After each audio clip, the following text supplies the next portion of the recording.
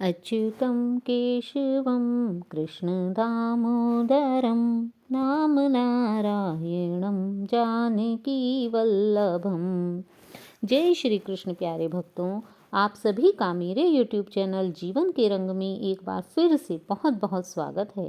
प्यारे भक्तों, जैसे कि हम वैकुंठ को प्रदान कराने वाले पवित्र माघ मास के महात्म्य का श्रवण कर रहे हैं, तो आज इसी कड़ी में हम माघ मास के 5वें अध्याय का श्रवण करेंगे। हमने देखा कि किस प्रकार ऋषि वशिष्ठ अपने शिष्य दिलीप को माघ मास के महात्म्य के विषय में बताते हैं। आइए आरंभ करते हैं इसी में आगे की कथा। दत्तात्रेय जी कहते हैं कि हे राजन, एक प्राचीन इतिहास कहता हूँ। भृगुवंश में ऋषिका नाम की एक ब्राह्मणी थी। वह बाल्यकाल में ही विधवा हो गई थी। वह रेवा नदी के किनारे विंध्याचल पर्वत के नीचे तपस्या करने लगी।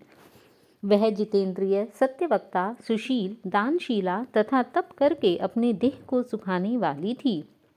अर्थात वह प्रतिदिन भगवान के तप स्मरण में लगी रहती थी।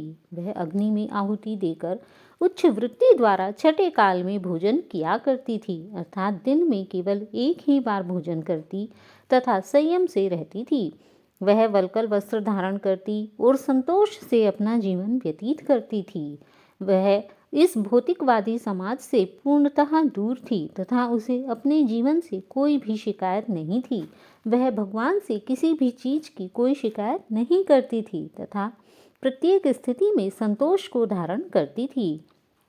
उसने रेवा और कपिल नदी के संगम में 60 वर्ष तक माघ मास में स्नान किया और अंत में वहीं पर मृत्यु को प्राप्त हो गई।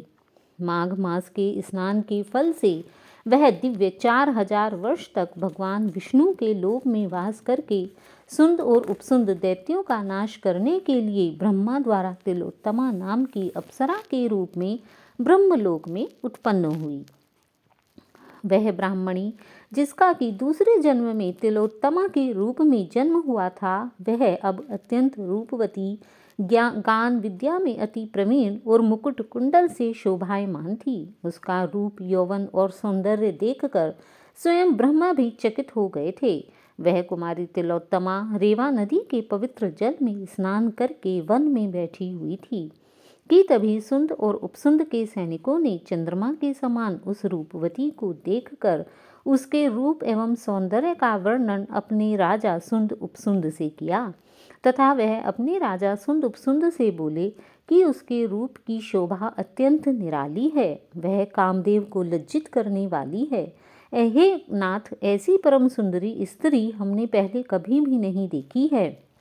वह तीनों लोकों में सबसे अधिक सुंदर है, उसके समान त्रिलोक में कोई भी नहीं है। अतः हे राजन, आप स्वयं ही उसे चलकर देखें। तब वह दोनों मदिरा के पात्र रखकर वहां पर आए जहां पर वह सुंदरी बैठी हुई थी तथा मदिरा का पान करने से विह्वल होकर उस अत्यंत रूपवती सुंदरी को देखकर काम पीड़ा से पीड़ित हुए और दोनों ही उसे प्राप्त करने की इच्छा करने लगे। तब वे दोनों ही आपस में उस स्त्री रत्न को प्राप्त करने के लिए विवादग्रस्त हुए तथा आपस में युद्ध करते हुए वहीं पर समाप्त हो गए। इस प्रकार तिलोत्तमा का यह जन्म सफल हुआ। तब उन दोनों को मरा हुआ देखकर उनके सैनिकों ने बहुत ही कोलाहल मचाया तथा वहीं पर उन्होंने अत्यधिक शोर करना आरंभ कर दिया और तब तिलोत्तमा काल रात्रि के समान उनको पर्वत से गिराती हुई 10 दिशाओं में प्रकाशमान करती हुई आकाश में चली गई और देव कार्य सिद्ध करके ब्रह्मा के सामने आई। तब ब्रह्मा जी ने प्रसन्नता से कहा कि हे चंद्रवदनी, मैंने तुमको सूर्य के रथ पर स्थान दिया क्योंकि तुमने यह बहुत ही पुण्यशाली कार्य किया है। अतः आज से तुम सूर्य के रथ पर ही रहोगी। जब तक आकाश में यह सूर्य स्थित रहेगा तब तक तुम भी स्थिर रहोगी। तुम्हारा पुण्य अक्षुण्ण रहेगा, तुम नाना प्रकार के भोगों को भोगो। सो हे राजन, वह ब्राह्मणी अब भी सूर्य के रथ पर माघ मास के स्नान के उत्तम भोगों को भोग रही है।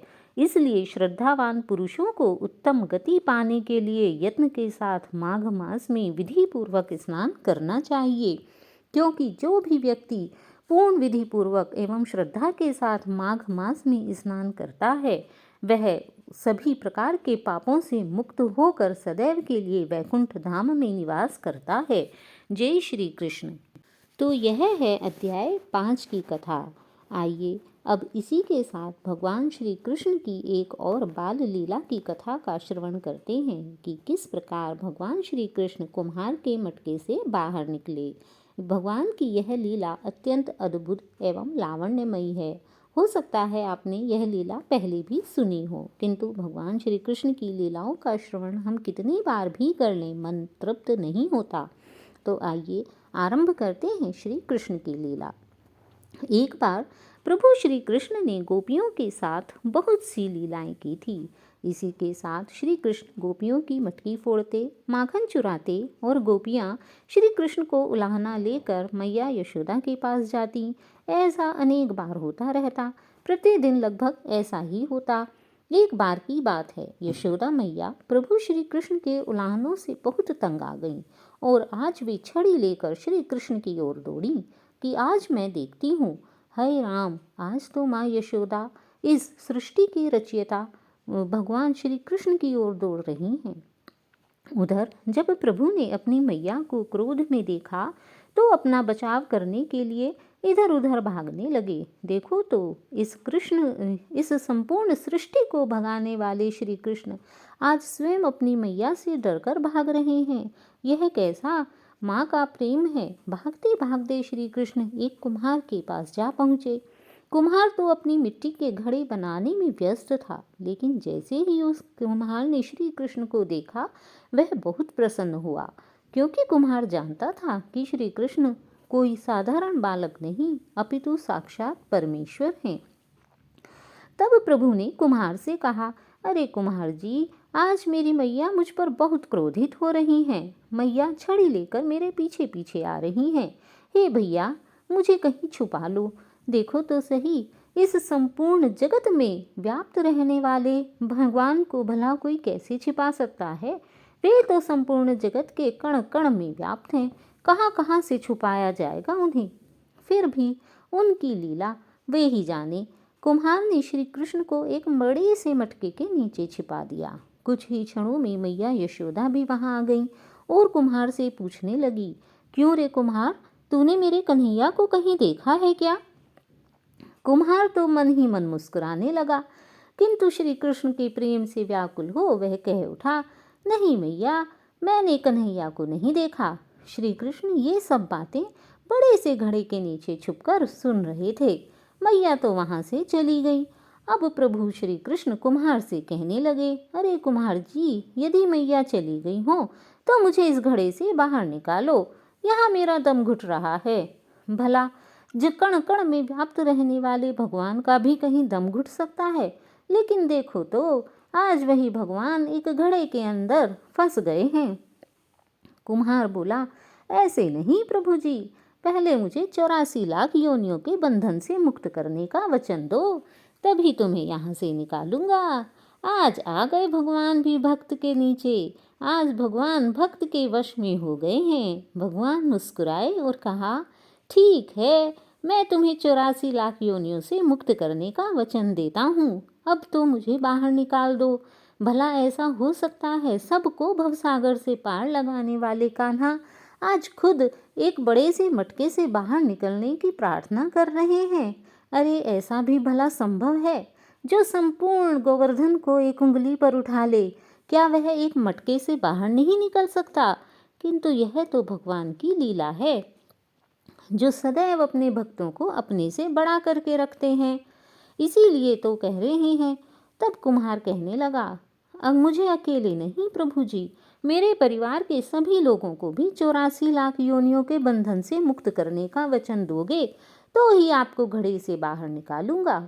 तब प्रभु जी कहने लगे, चलो चलो ठीक है, उनको भी 84 लाख योनियों के बंधन से मुक्त करता हूँ।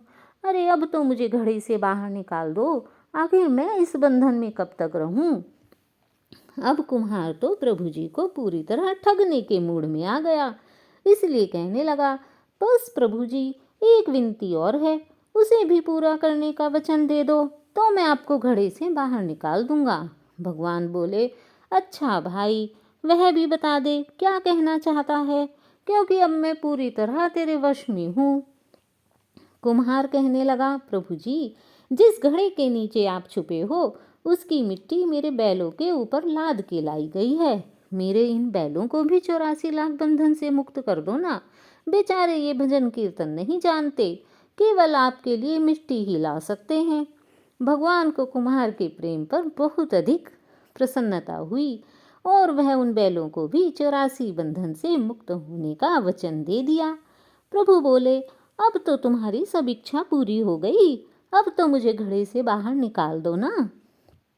तो कुम्हार कहने लगा, अभी नहीं भगवान, इतनी आसानी से बाहर नहीं निकालूंगा। बस एक और अंतिम इच्छा है, उसे भी पूरा कर दीजिए। और वह यह है कि जो भी प्राणी हम दोनों के बीच हुई इस कथा को, संवाद को सुनेगा या कहेगा, आप उसे भी 84 लाख योनियों के बंधन से मुक्त करोगे। बस प्रभु यह वचन और दे दो तो मैं आपको इस घड़े से बाहर निकाल दूंगा। कुम्हार की प्रेम भरी बातें सुनकर प्रभु श्री कृष्ण बहुत खुश हुए। आखिर प्रभु तो प्रेम के वश में हैं, उन्हें और चाहिए भी क्या। और कुम्हार का यह निश्चल प्रेम देखकर प्रभु की आंखें भर आई। इसलिए प्रभु ने कह दिया कि ठीक है, तुम्हारी जितनी भी इच्छाएं होंगी उन सभी को पूरा करने का वचन देता हूँ। फिर कुम्हार ने बाल श्री कृष्ण को घड़े से बाहर निकाल दिया और उनके चरणों में साष्टांग प्रणाम किया। प्रभु जी के चरण धोए, चरणामृत पिया, अपनी पूरी झोंपड़ी में चरणामृत का छिड़काव किया और प्रभु जी के गले लगकर इतना रोए कि प्रभु में ही विलीन हो गए। जरा सोचो तो सही, कैसा होगा वह क्षण, कैसा होगा वह कुम्हार और उसकी निर्मल भक्ति, जिसने नटवर नंद किशोर को भी अपने वश में कर लिया। क्योंकि बिना प्रेम रीझे नहीं नटवर नंद किशोर। आखिर यह उसका प्रेम ही तो है जिसने एक उंगली पर गोवर्धन को उठाने वाले नंद किशोर को अपनी सभी इच्छाएं मनाने के लिए अपने वश में कर लिया। इसीलिए कहते हैं, कोई कितने भी यज्ञ करे, अनुष्ठान करे, दान करे या कितनी भक्ति कर ले, लेकिन जब तक मन में प्राणी मात्र के लिए प्रेम नहीं होगा तब तक प्रभु श्री कृष्ण नहीं मिल सकते। जय श्री कृष्ण। कृष्ण तो प्रेम के भूखे हैं, प्रेम के वश में हैं। जय जय श्री राधे। तो प्यारे भक्तों, कैसी लगी आपको कृष्ण की यह कथा?